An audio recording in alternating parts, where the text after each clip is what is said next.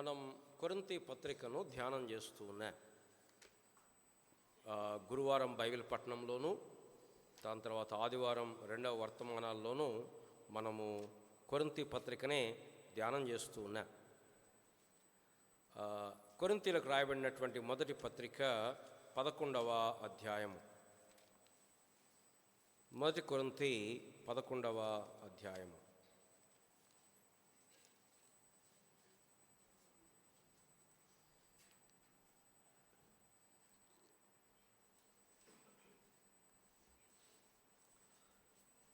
ఇరవై 23వ వచనం నుండి 34వ వచనం వరకు మనం మార్చి చదువుకుందాం.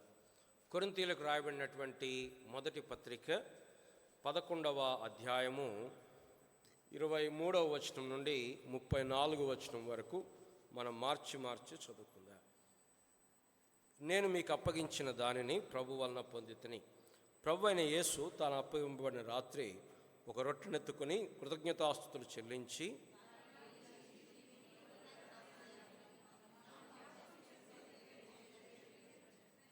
ఆ ప్రకారమే భోజనమైన పిమ్మట ఆయన పాత్రనెత్తుకొని, ఈ పాత్ర నా రక్తం వలన క్రొత్త నిబంధన, మీరు దీనిలో త్రాగునప్పుడెల్లా నన్ను జ్ఞాపకం చేసుకుంటకై దీన్ని చేయడని చెప్పాను.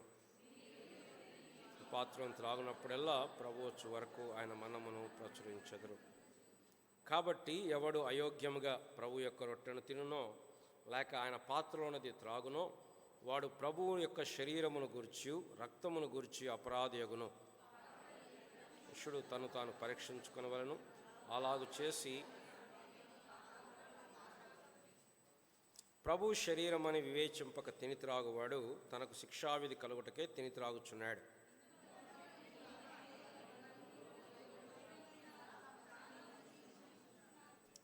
అయితే మనల్ని మనమే విమర్శించుకుని ఎడల తీర్పు పొందకపోదుము. లోకంతో పాటు మనకు శిక్షావిధి కలగకుండానట్లు ప్రభు చేత శిక్షించబడుచున్నాము. కాబట్టి నా సహోదరులారా, భోజనం చేయుటకు మీరు కూడి వచ్చినప్పుడు ఒకరికొకడు కనిపెట్టుకుని ఉండుడి. వచ్చుట శిక్షావిధికి కారణము కాకుండానట్లు ఎవడైనాను ఆకలిగొనిన ఎడల తన ఇంటనే భోజనం చేయవలెను. నేను వచ్చినప్పుడు మిగిలిన సంగతులను ప్రేమగల తండ్రి, ఈ చదవన్న వాక్య భాగం ద్వారా మీరు మాతో మాట్లాడుతురండి. దేవుని యొక్క లేఖనములను ఎరిగేటువంటి మనస్సు మీరు మాకు అనుగ్రహించండి. అమ్మాయి మార్గంలో శిష్యుల యొక్క హృదయాలు మండినట్లుగా మా హృదయాలను మండచేయండి. లేఖనములను గ్రహించినట్లుగా మా మనస్సులను తెరవ చేయండి. మమ్మల్ని జ్ఞాపకం చేసుకునండి, మాతో మాట్లాడండి. ప్రభా, నువ్వు మాట్లాడితే మాలో జీవము, నీవు మాట్లాడితే మాకెంతో క్షేమాభివృద్ధి. ప్రభా, మమ్మల్ని దాటిపోకుము, మాతో మాట్లాడము, మమ్మల్ని దర్శించు, మమ్మల్ని సంధించుము, కృప చూపించమని మమ్మల్ని మీ చేతులకు అప్పచెప్పుకుంటూ యేసు ప్రభు నామన ప్రార్థించి అడిగి వేడుకుంటున్నాము తండ్రి. ప్రియులరా, మనం ఈ కొరింథీ పత్రికను ధ్యానం చేస్తున్నప్పుడు ఈ 16 అధ్యాయాల పత్రికను 2 భాగములుగా మనం చేయవచ్చు. అపోస్తలుడైన పౌలు గారు ఈ కొరింథీ సంఘాన్ని స్థాపించి అక్కడ దాదాపు 1.5 year వారి మధ్యలో ఉండి పరిచర్య చేస్తూ వచ్చాడు. అపోస్తల కార్యములలో మనం ఈ సంగతులు చూస్తాం.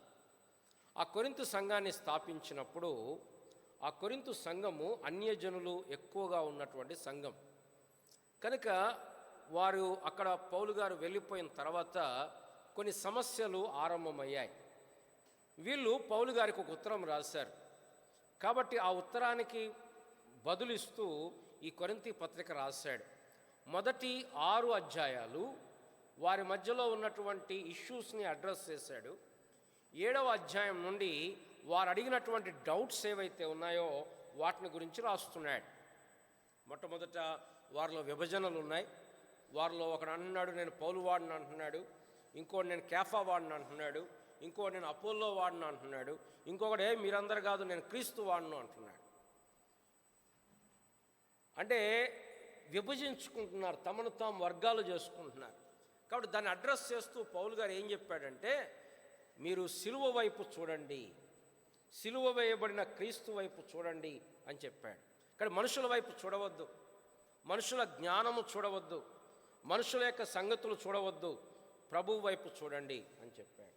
దాని తర్వాత వారి మధ్యలో ఉన్న జారత్వం గురించి మాట్లాడుతూ, మీ దేహములు మీకు దేవుని చేత అనుగ్రహించబడి మీలో ఉన్న పరిశుద్ధాత్మకు ఆలయమై ఉన్నవి గనుక మీరు మీ సొత్తుకారు, విలువ పెట్టి కొనబడిన వారు గనుక మీ దేహములతో దేవునిని మహిమపరచుడి అని 1 కొరింథీ 16వ అధ్యాయంలో చెప్తూ వచ్చాడు. ఇక 7వ అధ్యాయంలో వాళ్ళు రాశారు, పెళ్లి చేసుకోవచ్చా, చేసుకుంటే ఒకవేళ భర్త చనిపోతే ఏంటి, ఏం చేయాలి, ఒకవేళ రక్షణ పొందిన వ్యక్తి, రక్షణ పొందని వ్యక్తి, రక్షణ పొందని భార్య ఉంటే ఏం చేయాలి, లేకపోతే వైస్ వర్స భార్య రక్షించబడి భర్త రక్షించబడకపోతే ఏం చేయాలి, పెళ్ళి చేసుకోవాలా వద్దా, ఈ విషయాలను ఆయన అడ్రస్ చేస్తూ వచ్చాడు. దాని తర్వాత 8వ అధ్యాయంలో విగ్రహార్పితమైనది తినొచ్చా తినకూడదా, ఎందుకు తినకూడదు, ఈ విషయాలు 8, 9, 10 అధ్యాయాల్లో చెప్తూ వచ్చాడు. గత వారంలో మనం 10వ అధ్యాయంను ధ్యానం చేస్తూ ఇశ్రాయేలీల యొక్క ప్రయాణాన్ని మనం మరొకసారి జ్ఞాపకం తెచ్చుకున్నాం. పౌలు గారు చెప్పిన రీతిగా 5 విషయాలు మనం పోయిన వారం చూసాం 10వ అధ్యాయంలోంచి. ఏంటి 5 విషయాలు? మొట్టమొదటిది,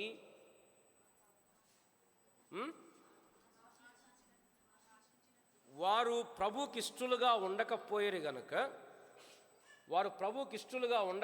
గనుక వారు అనేక మంది ఏం చేయబడ్డారు, సంహరింపబడ్డారు. ఆ కారణమును బట్టి ఎందుకు వాళ్ళు అలా చేశారు అంటే, మొట్టమొదట వారు ఆశించినట్లు మనము ఆశించకూడదు. ఏం ఆశించారు వాళ్ళు? మాంసాపేక్ష. అంటే ప్రభువు ఇచ్చిన దాన్ని పక్కన పెట్టేశారు. ప్రభు ఇచ్చిన మన్నా వారికి లెక్కలేదు. ప్రభు ఇచ్చేటువంటి బండలో నుండి నీరు వారికి పెద్ద లెక్కలోకి రావట్లేదు. వారికి ఎంతసేపు ఏం గుర్తొస్తున్నాయి? ఐగుప్తులో ఉచితముగా తినిన చేపలు, దోసకాయలు, కీరకాయలు, అక్కడ తినినటువంటి మాంసము, ఉచితముగా తినిన చేపలు గుర్తొస్తున్నాయి. కాబట్టి ఏమంటారు? ఏయి మాకు అని చెప్పంటారు. ప్రభు వారి మీద కోపగించాడు. దాని తర్వాత రెండవది, వారు విగ్రహారాధకులైనట్టు మీరు వారి వలె ఉండకుడి. ఏంటి విగ్రహారాధన అంటే? ప్రభువుకు చెందాల్సిన ఆరాధన, ప్రభువుకు చెందాల్సిన భయము ఇంకా దేనికి చెందిన అది విగ్రహారాధనే. ఒకవేళ మనం ఈ సమయం మంచిది, ఈ టైం 10 గంటల 12 నిమిషాలు మంచిది అంటే ఏం నమ్ముతున్నాం?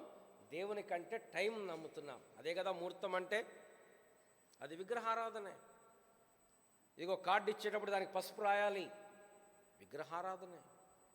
లేకపోతే ఈ దిక్కు మంచిది, ఈ దిక్కు మంచిది కాదు, విగ్రహారాధనే. ఈ పేరు మంచిది, ఈ పేరు మంచిది కాదు. Our dependence, our faith should only be on the rock, that is Lord Jesus Christ. ఆయన మీద తప్ప ఇంకా వేరే వాటి మీద మన యొక్క గమనము ఉండకూడదు. మూడవది, వారి వలె మనము వ్యభిచరింపక యుందుము. నాలుగవది, వారు శోధించినట్లు మనం ప్రభువును శోధింపక యుందుము. ఐదవది, వారు సనిగినట్లు. సనగటం వల్ల ఎవరు మారుతారు చెప్పండి? ఎవరన్నా మారుతారా? ఎవ్వరూ మారరు. సనగటం అనేది పాపం. ఇది సలహాలు కాదు ఇవి, అది పాపం. మనం జనరల్గా పాపం అనగానే దొంగతనం, వ్యభిచారం, బూతులు ఇవే పాపం అనుకుంటాం. కానీ సనగటం కూడా బైబిల్లో పాపమే. దేవుని దృష్టిలో పాపం. ముఖ్యంగా మనుషుల మీద సనగటం, దేవుని మీద సనగటం. పాత నిబంధనలో వారి యాత్రా జీవితం చూస్తే ప్రతి చోట సనుగు. అంటే సనుగు ఎందుకు వస్తుంది? అసంతృప్తి చేత. కాబట్టి మనం గత వారంలో 5 విషయాలు చూసాం.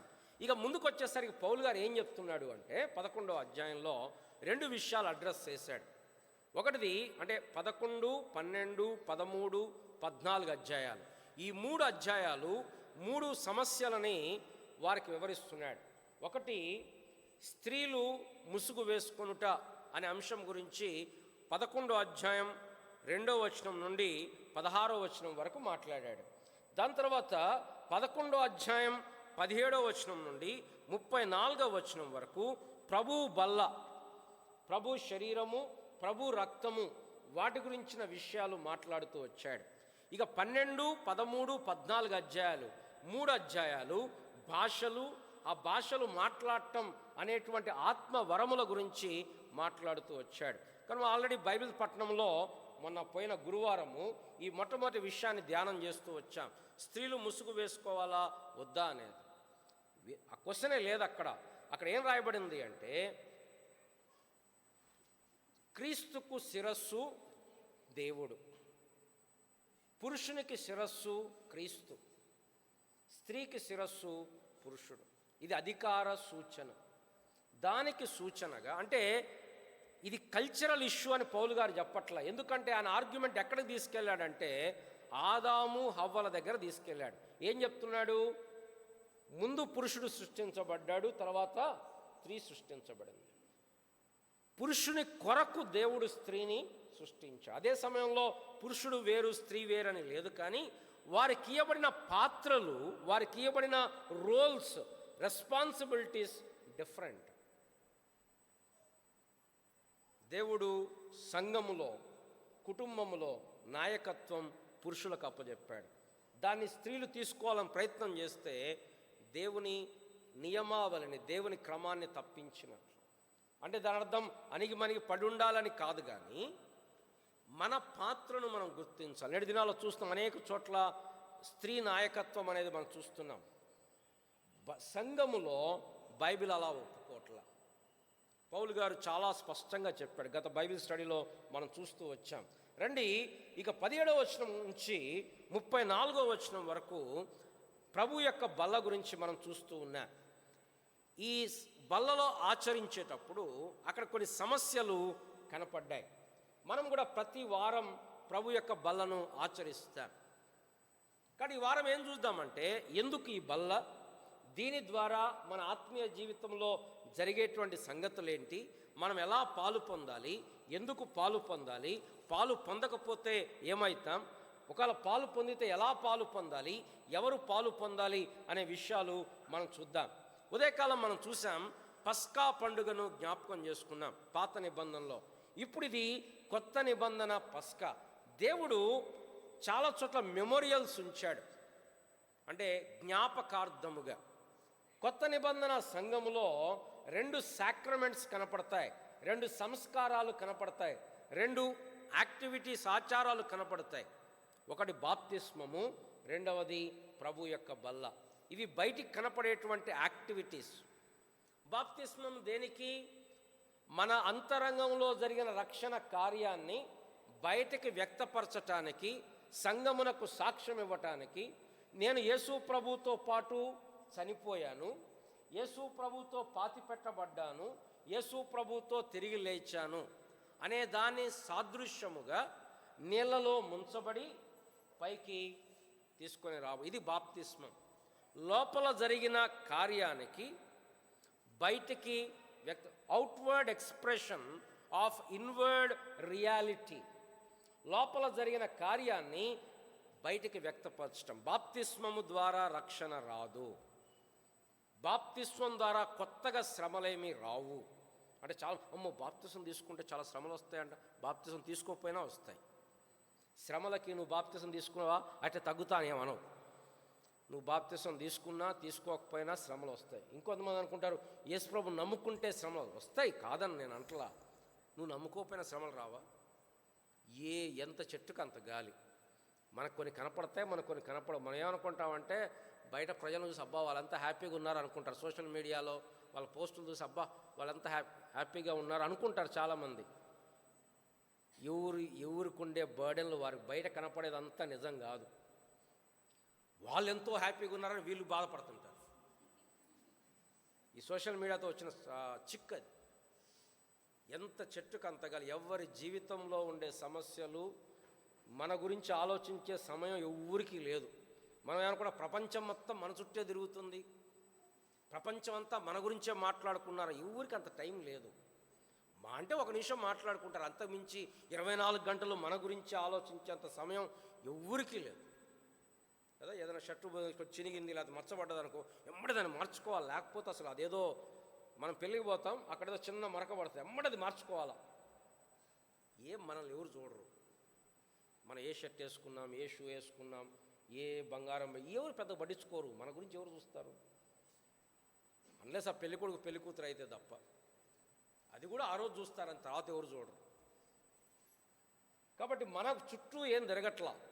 కానీ శ్రమలు అనేవి మనం ప్రభువుని నమ్మినా వస్తాయి, నమ్మకపోయినా వస్తాయి, దాంట్లో ఎటువంటి సందేహము లేదు. బాప్తిస్మం అనేది సాక్ష్యము. కాబట్టి ఇక్కడ ఎవరైనా బాప్తిస్మం పొందకపోతే, మీరు రక్షణ పొంది బాప్తిస్మం తీసుకోకపోతే మీరు ప్రభు ఆజ్ఞకు అవిధేయత చూపిస్తున్నట్లు. ప్రభు ఆజ్ఞ ఇచ్చాడు, మీరు నమ్మి బాప్తిస్మం పొందినవాడు రక్షింపబడు. రక్షణ పొందకుండా బాప్తిస్మం తీసుకుంటే దానివల్ల ఉపయోగం లేదు. పెళ్లి కొరకో లేకపోతే ఇంకా దేని కొరకో తీసుకుంటే దానివల్ల ఉపయోగం లేదు. కాబట్టి ఇక్కడ కూర్చున్న వారిలో ఇంకా రక్షణ పొంది కూడా బాప్తిస్మం తీసుకోకపోతే, మీరు ఒకవేళ ఈ సంఘానికి రెగ్యులర్గా వస్తున్నట్టయితే మీ పేర్లు ఇస్తే మీ కొరకు బాప్తిస్మ కార్యక్రమాన్ని అరేంజ్ చేస్తాం. ఒక రక్షణ పొందకపోతే మీరు రక్షణ పొందిన తర్వాతనే బాప్తిస్మం తీసుకోవాలి. కాబట్టి పిల్లరా, ఇది మొట్టమొదటి సాక్రమెంట్. ఏంటది? బాప్తిస్మం. రెండవ ఆచారము లేదా సంస్కారం ఏంటంటే ప్రభు యొక్క బల్ల. దీని గురించి చాలా మిస్కన్సెప్షన్స్ ఉన్నాయి, అంటే అపోహలు ఉన్నాయి. ఏంటవి? కొంతమంది ఏం భావిస్తారంటే ఈ బల్ల మీద ఉంచబడిన రొట్టె ద్రాక్షారసము యేసు ప్రభువారి శరీరముగా మారతాయి. ముఖ్యంగా రోమన్ క్యాథలిసిజంలో ఈ బోధ ఉంటుంది. దీన్ని ట్రాన్స్సబ్స్టాన్షియేషన్ అంటారు. అనగా సబ్స్టెన్సెస్గా మారతాయి. ఇలా ఫాదర్ గారు రొట్టె విరిచినప్పుడు ఆ రొట్టె యేసు ప్రభువారి శరీరముగా మారుతుంది. ఆ రక్తము ఆ పాత్ర పైకెత్తినప్పుడు యేసు ప్రభు రక్తముగా మారుతుంది, లిటరల్గా. అందుకోసమే వాళ్ళు ఏం చేస్తారంటే అది వేరే వాళ్ళని ముట్టుకోనియరు, చాలా జాగ్రత్తగా ఒక పెట్టెలో పెట్టి దాన్ని ఆల్మోస్ట్ దాన్ని పూజిస్తారు, అంటే ఆ రొట్టెను ద్రాక్షారసాన్ని. కానీ ఇవాంజలికల్ సంఘం, ప్రొటెస్టెంట్ సంఘం దాన్ని తిరస్కరించింది. ఏం చెప్పారు అంటే యేసు ప్రభువారు ఒక్కసారే శరీరధారి అయ్యాడు, యేసు ప్రభువారు ఒక్కసారే ఆయన శరీరంగా ఈ లోకంలోకి వచ్చాడు, మళ్ళీ ఆయన ఈ శరీరంలో రావటం జరగదు, ఒక్కసారే ఆయన బలి అర్పించాడు. మనం ఉదయకాలం చదివాం, ఒక్కసారే. మళ్ళీ బలి అర్పించటం, బలి అర్పణ లేదు, అది శరీరానికి సాదృశ్యము. ఆ రక్తము, ఆ యొక్క పాత్ర ఆ రక్తమునకు సాదృశ్యము అని చెప్పి ఇవాంజలికల్ సంఘము వాటిని వివరిస్తూ వచ్చారు. కానీ ఇప్పుడు మనం నమ్మేది కూడా లిటరల్గా అది యేసు ప్రభు రక్తము, యేసు ప్రభు శరీరం అని మనం అనుకోవటానికి లేదు. రెండవది, ఇది ప్రసాదము కాదు, అంటే అది తీసుకుంటే మంచిది, ఒకవేళ అనారోగ్యాలు ఉంటే తగ్గుతాయి, లేకపోతే ఇంకేదన్నా జరుగుద్ది అనేటువంటిది లేదు. ఈ రొట్టెలో పాలు పొందడం ద్వారా మనకు పాపక్షమాపణ రాదు. ఎవరు పాలు పొందుతారంటే ఆల్రెడీ పాపక్షమాపణ పొందినవారు, రక్షణ పొందినవారు, వారు మాత్రమే ఈ రొట్టెలో పాలు పొందటానికి, ఈ పాత్రలో పాలు పొందడానికి అర్హులు. ఒకవేళ ఇక్కడ కూర్చున్న వారిని రక్షణ పొందకపోతే, మారు మనసు పొందకపోతే, ఈ సెలబ్రేషన్లో, ఈ నూతనమైన పస్కాలో యేసు ప్రభువారు నేనే జీవాహారము, నేనే జీవపానము అన్నటువంటి ఆ సెలబ్రేషన్లో రక్షణ పొందని వారికి ఎటువంటి పాత్ర కూడా లేదు. ఒకవేళ తీసుకున్న ఉపయోగం అయితే లేదు, దాంతో ఎటువంటి అది కేవలం ఒక రొట్టె ముక్క, ఒక పానీయము మాత్రమే. కానీ ఎవరైతే రక్షణ పొందారో వారికి మాత్రం ఇది అద్భుతమైనటువంటి సెలబ్రేషన్ అన్నట్లుగా మనం చూస్తున్నాం. కాబట్టి రక్షణ ఎవరైనా పొందకపోతే రండి, ఇదిగో ప్రభువు మీ కొరకు ఆయన జీవాహారముగా ఉన్నాడు, ఆయన మీ కొరకు వధించబడ్డాడు. యేసుక్రీస్తు ప్రభువారు శిలువలో నా పాపముల కొరకు వధించబడ్డాడు, ఆయన రక్తము నీ కొరకు నా కొరకు కార్చబడుతూ వచ్చింది. దానిని జ్ఞాపకం చేసుకోవడానికి ప్రభు ఈ యొక్క బల్లను మన మధ్యలో ఉంచుతూ వచ్చాడు. రండి ఇప్పుడు మనం ఈ భాగంలోకి వెళ్దాం. ఇక్కడ ఈ వచనం వెంబడి వచనం మనం చూస్తే మొట్టమొదట కొన్ని సమస్యలు ఉన్నాయి ఈ సంఘంలో. అంటే ఆ దినాల్లో వాళ్ళు ఎలా కూడుకునేవారంటే వారి ఇళ్లలో కూడుకుంటూ ఉండేవారు. ఆ కూడుకునేటప్పుడు ఈ ప్రభురాత్రి భోజనం అంటే ఎవరి భోజనం వాళ్ళు తెచ్చుకునేవాళ్ళు, అంటే బాక్సులాగా తెచ్చుకునేవాళ్ళు. తెచ్చుకొని ప్రార్థన చేసుకున్నప్పుడు ఎవరి భోజనం వాళ్ళు తినేవాళ్ళు. ఇది వాళ్ళ ప్రభురాత్రి భోజనం యొక్క ఆచారం. ఇక్కడ ఎవరు రొట్టె చేసేవాళ్ళు కాదు, ఎవరిది వాళ్ళు తెచ్చుకునేవాళ్ళు. కానీ అక్కడ సమస్య ఏంటంటే, మొట్టమొదటి సమస్య ఏంటంటే రండి, 17వ వచనం, మీకు ఈ ఆజ్ఞను ఇచ్చుచు మిమ్మును మెచ్చుకొనను, మీరు కూడి వచ్చుట ఎక్కువ కీడుకే గాని ఎక్కువ మేలుకు కాదు. ఎందుకు? మొదటి సంగతి ఏమనగా, మీరు సంఘమందు కూడి ఉన్నప్పుడు మీలో కక్షలు కలవని వినుచున్నాను. మొట్టమొదటిది, ఆ సంఘంలో ఉన్న సమస్య ఏంటంటే, వారు కూడి వచ్చేటప్పుడు దేర్ వర్ డివిజన్స్, వారిలో కక్షలు ఉన్నాయి, వారిలో విభజనలు ఉన్నాయి. పౌలు గారు అంటున్నాడు, అలా ఉండవు అని చెప్పట్లా. ఎందుకు ఉండవు? ఉంటాయి, తప్పనిసరిగా ఉంటాయి. కుటుంబంలోనే కొన్ని తేడాలు ఉంటాయి, ఇక్కడ కూడా ఉంటాయి. కానీ చూడండి ఏం చెప్తున్నాడు, 19వ వచనం, మీలో యోగ్యులైన వారెవరో కనపడినట్లు మీలో భిన్నాభిప్రాయములు ఉండక తప్పదు. అయితే మీరందరూ కూడి వచ్చుచుండగా మీరు ప్రభు రాత్రి భోజనము చేయుట, మీరు అంటే ఈ ప్రభు రాత్రి భోజనం అనేది ఇది ఐక్యతకు సాదృశ్యం. వారిలో ఉన్న మొట్టమొదటి సమస్య ఏంటంటే, వారిలో విభజనలు ఉన్నాయి. రెండవ సమస్య ఏంటంటే, వారిలో ధనవంతులు ఉన్నారు, పేదవారు ఉన్నారు. ఈ పేదవాళ్ళు తెచ్చుకోవడానికి వారికి ఎటువంటి ఆహారం కూడా లేదు, కానీ వాళ్ళు వచ్చి అలా కూర్చుంటున్నారు. ఈ ధనవంతులైన వారేమో చాలా మంచి తినుబండారాలు, ద్రాక్షారసం తెచ్చుకుంటున్నారు. తెచ్చుకొని ఈ ధనవంతులైన వారు ఆ పేదవారి కొరకు ఆగకుండా, వాళ్ళు తిన్నారా లేదా చూడకుండా, పట్టించుకోకుండా వీళ్ళకు వీళ్ళు తినేస్తున్నారు, తాగేస్తున్నారు. రండి 21వ వచనం, ఏలయనగా మీరు ఆ భోజనము చేయనప్పుడు ఒకనికంటే ఒకడు ముందుగా తన మట్టుకు తాను భోజనము చేయుచున్నాడు. ఇందువలన ఒకడు ఆకలిగొనును, మరి ఒకడు మత్తుడగును. ఇదేమి? అన్నపానములు పుచ్చుకొనుటకు మీకు ఇండ్లు లేవా? దేవుని సంఘమును తిరస్కరించి పేదలను సిగ్గుపరచుదురా? మీతో ఏమి చెప్పుదును? దీని గురించి మిమ్మల్ని మెచ్చుదునా? మెచ్చను. 33వ వచనం, కాబట్టి నా సహోదరులారా, భోజనము చేయుటకు మీరు కూడి వచ్చినప్పుడు ఒకని కొరకొకడు కనిపెట్టుకొని ఉండుడి. మీరు కూడి వచ్చుట శిక్షావిధికి కారణము కాకుండానట్లు ఎవడైనను ఆకలిగొనిన ఎడల తన ఇంటనే భోజనము చేయవలను, నేను వచ్చినప్పుడు మిగిలిన సంగతులను. కాబట్టి ఈ సమస్యలు ఉన్నాయి, వాళ్ళ దగ్గర విభజనలు ఉన్నాయి. రెండవది, ధనవంతులైన వారు ముందే తినేస్తున్నారు, వాళ్ళు పార్టీ చేసుకుంటున్నారు. పేదవాడేమో ఏమీ లేకుండా ఆగిపోతున్నారు. అంటే ఇక్కడ వీరు సహోదర ప్రేమను పాటించట్లేదు, వారి గురించి ఆగట్లేదు, వారి గురించి పట్టించుకోవట్లేదు. ఈ క్రమంలో ఏమైందంటే, ఇది ప్రభువు బల్ల అనేటువంటి గౌరవం, భయము, భక్తి లేకుండా సాధారణమైనటువంటి భోజనంలాగా తినేస్తున్నారు. ఇది వారి మధ్యలో ఉన్న సమస్య. వీటిని అడ్రస్ చేయటానికి పౌలు గారు ఇక్కడ రాస్తూ ఉన్నాడు. రండి ఇప్పుడు మనం మన భాగంలోకి వెళ్దాం. ఏంటి సమస్య, సొల్యూషన్ ఏంటి?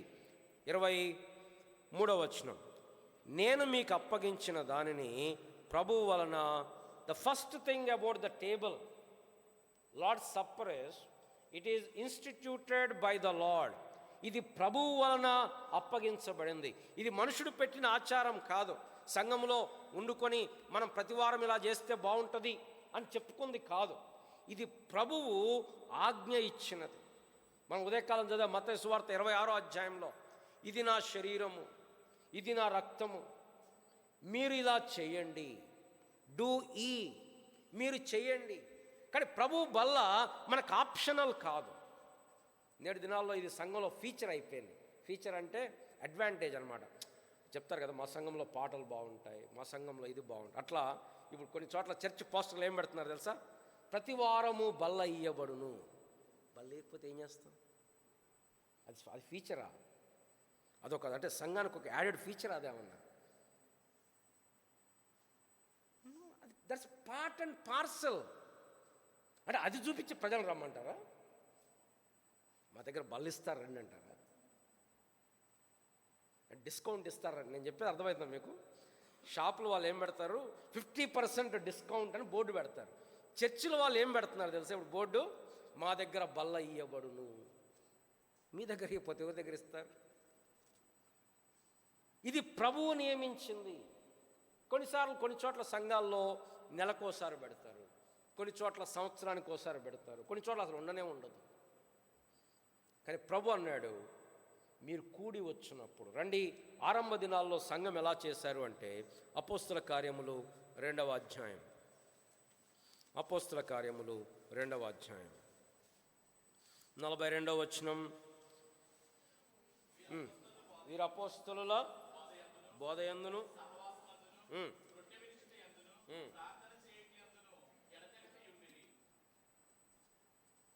4 విషయాలు. ఆరంభ దినాల్లో ఉన్న సంఘం, they were continually doing this. Number 1, the doctrine of apostles, అపోస్తలుల బోధ.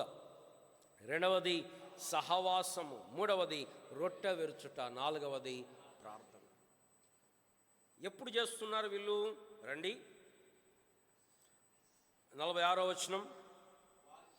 మరియు వారేక మనస్కులై ప్రతి దినము దేవాలయంలో తప్పక కూడుకొనుచు ఇంటింట రొట్టె విరుచుటూ దేవుని స్తుతించుచు ప్రజలందరి వలన దయ పొందినవారు. ఎన్ని రోజులకోసారి రొట్టె విరిచారు? ప్రతిరోజు. అంటే వాళ్ళు కూడుకొని వచ్చినప్పుడల్లా దేవాలయంలో ప్రార్థన చేసుకున్నారు, ఇంటికి వెళ్ళి, అంటే ఆ ఇంట్లో కూడుకొని, ఎవరింట్లో వాళ్ళు కాదు, ఆ ఇంట్లో కూడుకొని. ఈ కరోనా వచ్చినప్పుడు ఆన్లైన్లో ఇక బలలో పాల్పొందిన ఆతృతలు ఎవరింట్లో వాళ్ళు చేసుకున్నారు. బట్ అది సంఘముగా కూడి వచ్చినప్పుడు చేసేది. ఎవరింట్లో వాళ్ళు తీసుకొని నా రొట్టె నేను తింటా ద్రాక్ష, అది ప్రభు బల్ల కాదు. సరిగ్గా అప్పుడు ఆన్లైన్లో డెస్పరేషన్లో చేశారు చాలామంది, కానీ but it's not biblical pattern. సంఘముగా కూడి వచ్చినప్పుడు. కానీ ప్రతిదినం, అంటే ఒకవేళ మనం కానీ ఇప్పుడు మనకు వారానికి ఒకసారి కూడుకోగలుగుతున్నాం, ఒకవేళ ఇంకా ఎక్కువ సార్లు కూడుకుంటే ఇంకా ఎక్కువ సార్లు కూడా బల్ల పెరగవచ్చు. ఎందుకు ఇది అంటే మొట్టమొదటిగా ఇది ప్రభువు నియమించినటువంటిది కనుక ఇది మనుషులు నియమించింది కాదు. ఇది లేకపోతే సంఘంలో వచ్చిన ఆచారం కాదు, ఇది ప్రభువు నియమించినటువంటిది. 2వది, ఇది ప్రభువును జ్ఞాపకం చేసుకోవటానికి చేయబడింది. It's remembrance. రండి 24వ వచనం, 11-20. దాన్ని విరిచి, ఇది మీ కొరకైన నా శరీరము, నన్ను జ్ఞాపకము చేసుకున్నటకై. 25వ వచనం కూడా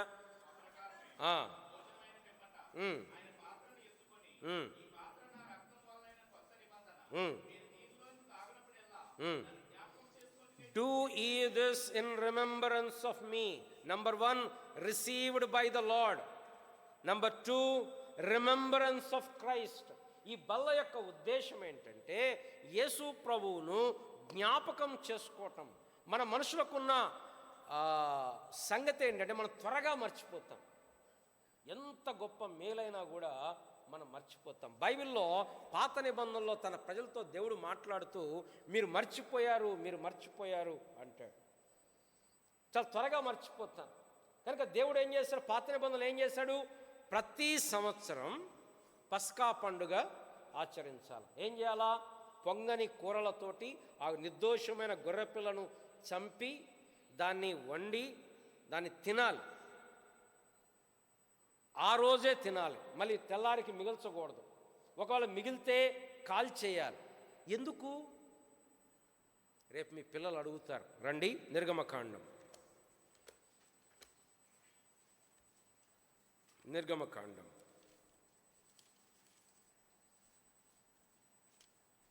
12వ అధ్యాయం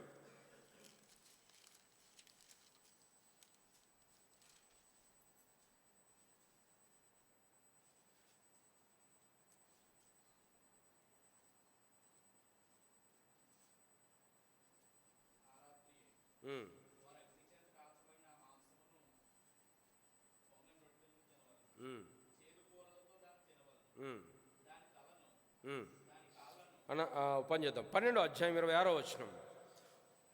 మరియు మీ కుమారులు మీరు ఆచరించు ఈ ఆచారం ఏమిటి అని మిమ్మల్ని అడిగినప్పుడు, ఇది యెహోవాకు పస్కా బలి. ఆయన ఐగుప్తీయులను హతము చేయొచ్చు మన ఇండ్లను కాచినప్పుడు ఆయన ఐగుప్తులో ఉన్న ఇశ్రాయేలీయుల ఇండ్లను విడిచిపెట్టను అనవలనని చెప్పాను. ఇది పిల్లలు అడుగుతారు, ఎందుకు మీరు ఇలా చేస్తున్నారు? ఎందుకు మనం రోజు స్పైసీ ఫుడ్ తింటాం, ఈరోజు ఎందుకు చేదు కూరలతో తింటున్నాం? ఎందుకంటే ఇది పస్కా, అది వారికి పెట్టినది. మనకి ప్రతి వారం వెంబడి వారం ప్రభువును జ్ఞాపకం చేసుకోవడం. ఏంటి ప్రభువును జ్ఞాపకం చేసుకోవడం? మన ప్రభువు మన కొరకు ఆ కలువరి శిలువలో మరణిస్తూ వచ్చాడు. మన బదులు, మన స్థానంలో మన పాపమంతా ఆయన మీద మోపబడగా ఆయన కలువరి శిలువలో మరణిస్తూ వచ్చాడు. దాన్ని జ్ఞాపకం చేసుకోవడం. చాలాసార్లు మనం మర్చిపోతాం. ఏం మర్చిపోతాం? ప్రభు మన కోసం ప్రాణం పెట్టాడనే సంగతి మర్చిపోతాం. ఏం జ్ఞాపకం పెట్టుకుంటాం? నాకు ఇంకా ఉద్యోగం ఇలే, నాకు ఇంకా పెళ్లి కాలా, లేకపోతే నాకు ఆ ప్రమోషన్ రాలా, ఈ మాత్రం బాగా జ్ఞాపకం పెట్టుకుంటాం. కానీ అసలు మర్చిపోయేది ఏంటంటే ఆల్రెడీ ప్రాణం ఇచ్చాడు. దాన్ని జ్ఞాపకం చేసుకోవటం. ప్రజలు మర్చిపోయారు. ఇశ్రాయేలు ప్రజలు ఏం మర్చిపోయారు? ఐగుప్తులో వచ్చిన తెగుళ్ళు మర్చిపోయారు. పస్కా పండుగ మర్చిపోయారు. ఆ రాత్రి యెహోవా సంచరించి ఐగుప్తీల యొక్క ప్రథమ సంతానాన్ని సంహరించింది మర్చిపోయారు. ఏం జ్ఞాపకం పెట్టుకుంటున్నారు? ఇప్పుడు మాకు నీళ్లు లేవు, ఈయడా దేవుడు నీళ్లు ఈయడా? మనం పరీక్షిస్తున్నాడు. వీళ్ళు ఆగట్లా. వారికి ఆహారం ఇయ్యలేదా? ప్రతి ఉదయం పైనుండి మన్నా కురిపిస్తున్నాడు. కానీ వీళ్ళు ఏమంటున్నారు? మాకు మాంసాహారం కావాలి. మాకు ఎవరు పెడతారు? ఏడుస్తున్నారు.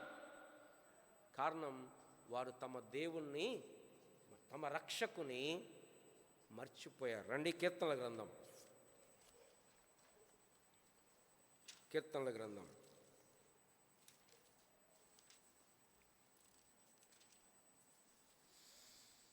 78వ అధ్యాయం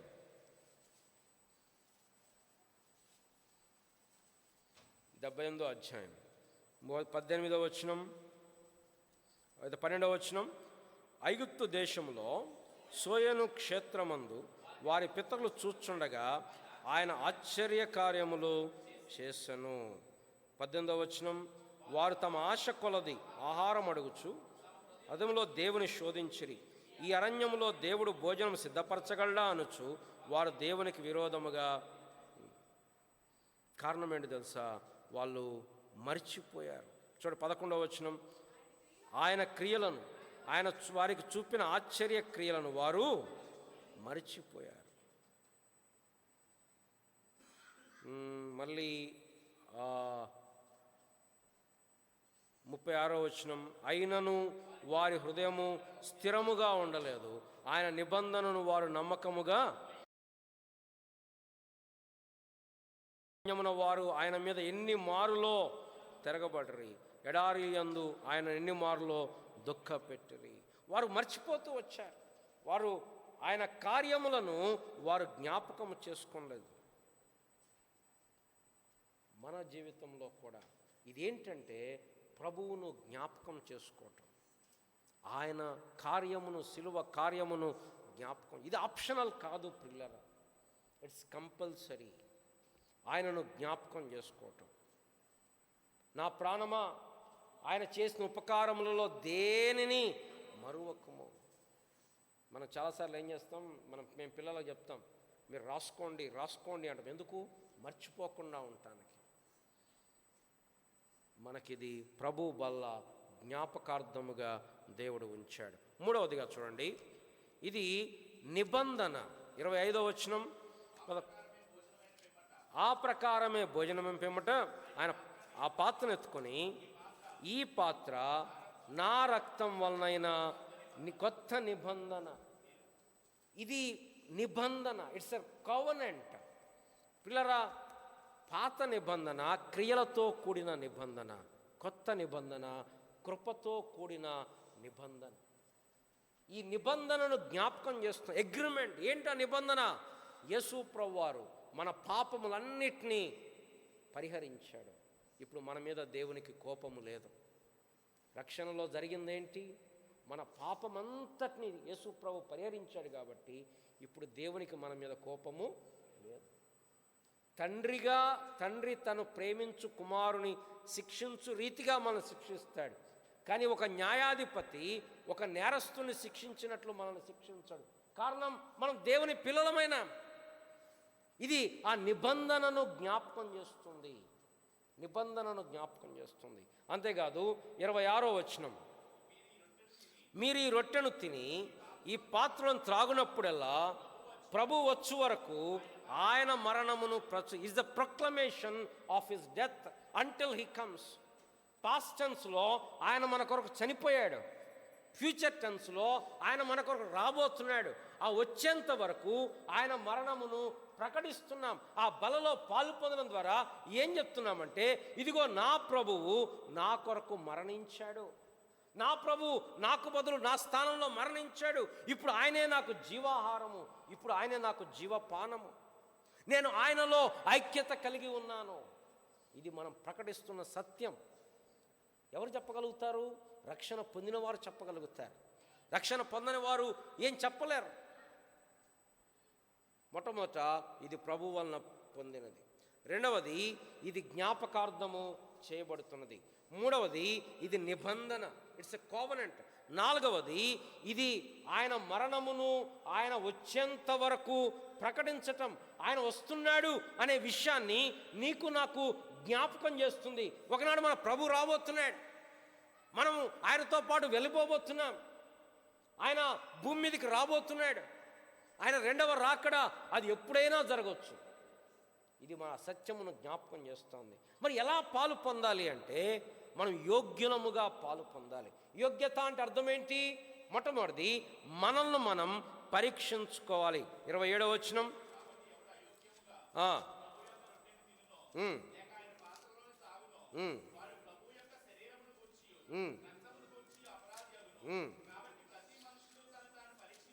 ప్రతి మనుషుడు తను తాను. ప్రియులారా, అక్కడ కాంటెక్స్లో మనం ఆలోచించినప్పుడు ఈ ప్రజలు వాళ్ళు పరీక్షించుకోవట్లేదు. వాళ్ళు భోజనాలు తెచ్చుకుంటున్నారు, భోజనాలు తింటున్నారు, త్యాగి వెళ్ళిపోతున్నారు. పరీక్ష లేదు. ఈ బల్ల స్వపరీక్షను జ్ఞాపకం చేస్తుంది. ఎగ్జామినేషన్. దేవుని యొక్క వాక్య వెలుగులో దేవుడు మనకు చూపించిన రీతిగా, ప్రభువా, దావీదు ప్రార్థన చేశాడు, నీకు ఆయాసకరమైన మార్గము నాయందున్నదేమో చూడుము. రండి, కీర్తన గ్రంథం బల దగ్గర ఈ ప్రార్థన చాలా చక్కని apt prayer for all of us. ఎన్నో అధ్యాయం? 139వ అధ్యాయము, లాస్ట్ వచనం 23. దేవా, నన్ను పరిశోధించి నా హృదయము తెలుసుకొనుము, నన్ను పరీక్షించి నా ఆలోచనలను తెలుసుకొనుము. నీకు ఆయాసకరమైన మార్గము నాయందున్నదేమో చూడుము, నిత్య మార్గమున నన్ను. ఈ బల్ల పరీక్షించుకునే సమయం. మన జీవితాన్ని అంటే ఆదివారం ఒక్కరోజే పరీక్షించుకోమని కాదు, ప్రతి దినము పరీక్షించుకుంటాం. ముఖ్యంగా ఇక్కడికి వచ్చినప్పుడు ఇది పరీక్ష సమయం. రెండవది, ప్రభువు శరీరమని వివేచించవ. 29వ వచనం. ప్రభువు శరీరమని వివేచింపక తిని త్రాగువాడు తనకు శిక్షావిధి కలుగుటకే ప్రభువు శరీరమని. అంటే అర్థం ఏంటి? ప్రభు శరీరం? కొత్త నిబంధనలో సంఘం. వారికి ఉన్న సమస్య ఏంటి? వారు మర్చిపోయారు ఇది సంఘం అని, ఇది శరీరం అని మర్చిపోయారు. వీడి దగ్గర ఆహారం ఉంది, వాళ్ళ దగ్గర ఆకలి అవుతుంది, ఈ ఆహారాన్ని వాళ్ళకి పంచాలి అనేది మర్చిపోయారు. వివేచించట్లా. ఇది ప్రభు శరీరం, ఇది సంఘం, మనమంత అవయవములం, ఇక్కడ కలిసి ఉండాలి. వాడు ఆకలిగా ఉన్నప్పుడు నేను మత్తున్నయునుట మంచిది కాదు, మనం పంచుకోవాలి అనేది మర్చిపోయారు. ఆ రెఫరెన్స్ లేదు, క్యాజువల్ అయిపోయింది, తినేస్తున్నారు. ఇక్కడ పౌలు గారు చెప్తున్నాడు, ప్రభువు శరీరం అని వివేచింపక. పిల్లరా, we should have utmost respect for the church of God. దేవుని సంఘము, దేవుని ప్రజలు, వారి పక్షముగా మనము బాధ్యత కలిగిన వారమై ఉండాలి. బల్ల ఏం చేస్తుందంటే మన జ్ఞాపకం చేస్తుంది, ఇది ప్రభు శరీరం. ఏం చేస్తున్నాం? ఒక్కటే రొట్టెలో పాలు పొందుతున్నాం. అంటే దాని అర్థం ఏంటి? మనమందరము ఒకటి, ఒక్క పాత్రలోనిది తాగుతున్నాం. ఇప్పుడంటే కొంచెం ఎక్కువ మంది అయితే కొంచెం గ్లాసులు లేకపోతే అవి పెడుతున్నాం. ఆరంభ దినాలు వాళ్ళు ఒక గ్లాసే ఉండేది. ఒక పాత్ర, ఒక రొట్టెనే విరుస్తున్నాం. కొంతమంది ముక్కలు చేసిస్తారు, అది అంటే తప్పేం లేదు, బట్ ఇది సింబాలిజం. ఒక రొట్టెను విరుస్తున్నాం అంటే ఒక రొట్టెలో అందరం పాలు పొందుతున్నాం. ఇక్కడ బల్ల ఏం చూపిస్తుందంటే ఐక్యతను చూపిస్తుంది కదా. చాలాసార్లు మనం బాల్లలో పాలు పంపులు పొందుతాం, మళ్ళీ బయటకు వచ్చేసరికి మేము పలానా, వాళ్ళు పలానా, మేమిది మేమది అనుకుంటా ఉంటాం. అప్పుడు ఏం చేస్తున్నాం? ప్రభు శరీరం అని వివేచింపక కాదా? ప్రభు బలలో పాల్గొంటున్నప్పుడు ఏం చెప్తున్నాం? మనమందరం ఒకటి, ఒక రక్తములో, ఒక పాత్రలోది పానం చేస్తున్నాం. అంతేకాదు ప్రభువులో పాలిపంపులు పొందుతున్నాం. ఈ విగ్రహాల గురించి వచ్చిన డిస్కషన్లో పౌలు గారి ఆర్గ్యుమెంట్ ఏంటంటే, రండి మొదటి అధ్యాయం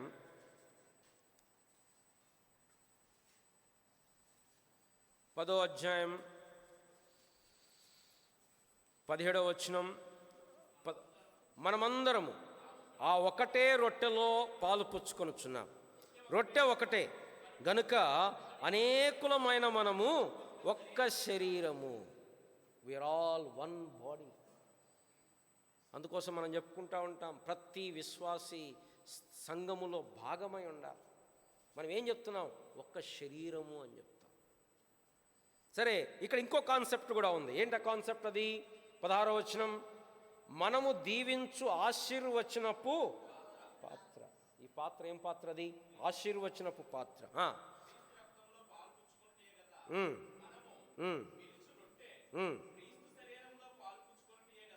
మనము రొట్టె విరచటం, పాత్రలను త్రాగడం వల్ల ప్రభువులో పాలి పంపులు పొందుతున్నాం. అంటే ఏం చెప్తున్నాడు? 18వ వచనం, శరీర ప్రకారమైన ఇశ్రాయేలు చూడి బలి అర్పించిన వాటిని తినువారు బలిపీఠముతో. ఈ ఆర్గ్యుమెంట్ బేస్ చేసుకుని ఏం చెప్తున్నాడు? అన్యజనులు బలులు అర్పించినప్పుడు వారు దయ్యాలకు అర్పిస్తున్నారు, అంటే దయ్యముతో పాలివారు అవుతున్నారు. మీరు ఇక్కడ ఈ రొట్టెను తిని ఈ పాత్రను త్రాగినప్పుడు ప్రభువుతో పాలివారు అవుతున్నారు.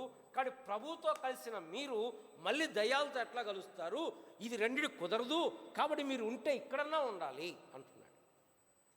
ఇక్కడ బల్ల ఏం జ్ఞాపకం చేస్తుందంటే ఐక్యతను జ్ఞాపకం చేస్తుంది. సంఘములో ముఖ్యంగా అసలు పరీక్షించుకోవడం అనే కాంటెక్స్ట్ కూడా ఏంటంటే, సంఘములో ఐక్యత విషయంలో మనం ఎక్కడన్నా అభ్యంతరం కలగజేస్తున్నామా?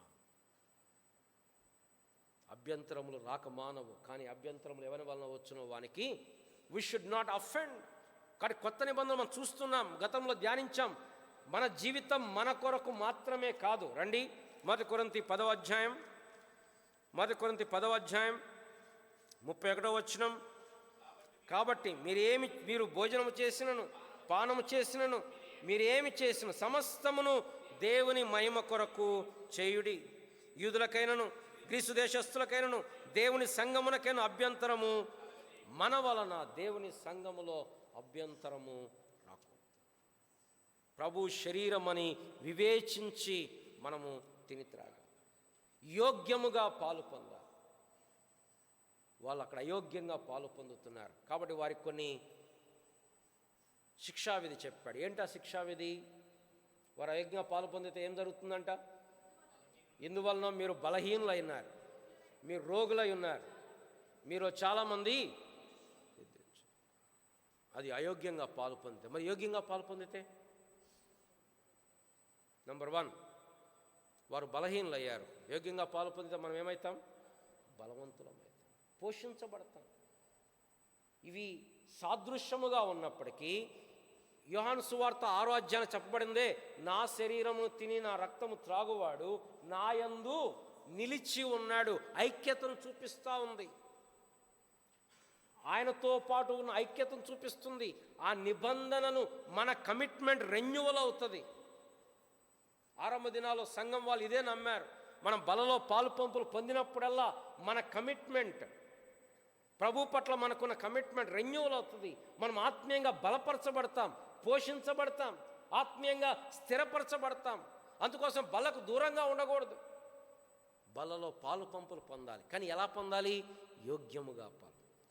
వారు బలహీనలు అయ్యారు అయోగ్యంగా పాల్గొంటే, మనం యోగ్యంగా పాల్గొంటే బలవంతులమవుతాం, పోషించబడతాం.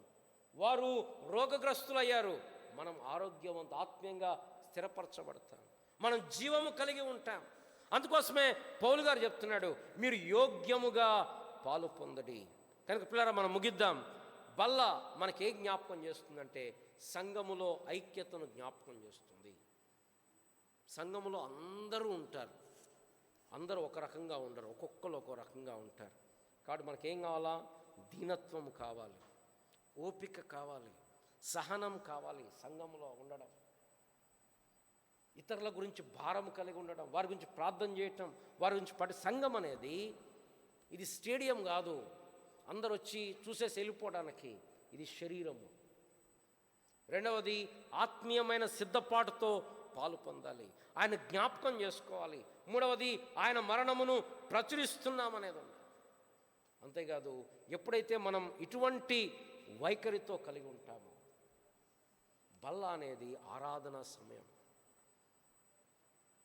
అంతేగాని ఇదేదో అంటే ఇప్పుడు ఈ బల్లలో మిగిలిన కొంతమంది ఇళ్ళకి తీసుకెళ్తారు, అంటే ఇస్తే రోగులు మంచి అట్లా ఏం లేదు.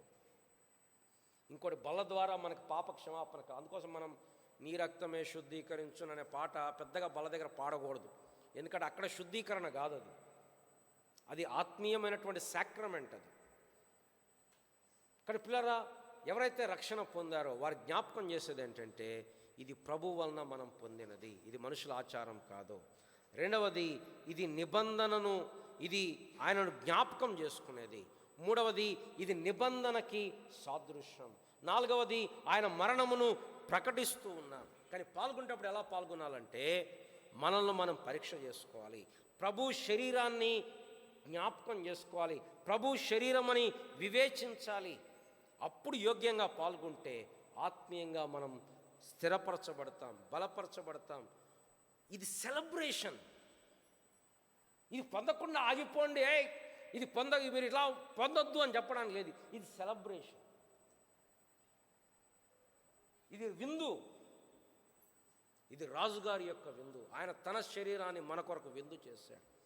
కానీ పాలు పొందకుండా ఆగిపోవటం సొల్యూషన్ కాదు, యోగ్యముగా పాలు పొందటం సొల్యూషన్. ఊరికనే పాలు పొందకుండా నేను పాలు పొందలేదని పాలు పొందకపోతే అది కూడా తప్పే. నువ్వు పాలు పొందాలి, కానీ ఎలా పాలు పొందాలి? యోగ్యముగా పాలు. ప్రభువును వేడుకోవాలి, ప్రభువా నన్ను క్షమించు, ప్రభువా నన్ను ఈ రక్తంతో కడుగు, వేడుకొని పాలు పొందు. ఒక రక్షణ పొందని వారైతే ఇంత గొప్ప పాత్రలో మీకు పాలు లేదు కనుక మీరు రక్షణ పొందండి, తద్వారా మీరు సంఘములో భాగమవుతారు, ఈ యొక్క బలలో పాలు పంపులు పొందుతారు. రండి మనం ప్రార్థన చేసుకుందాం.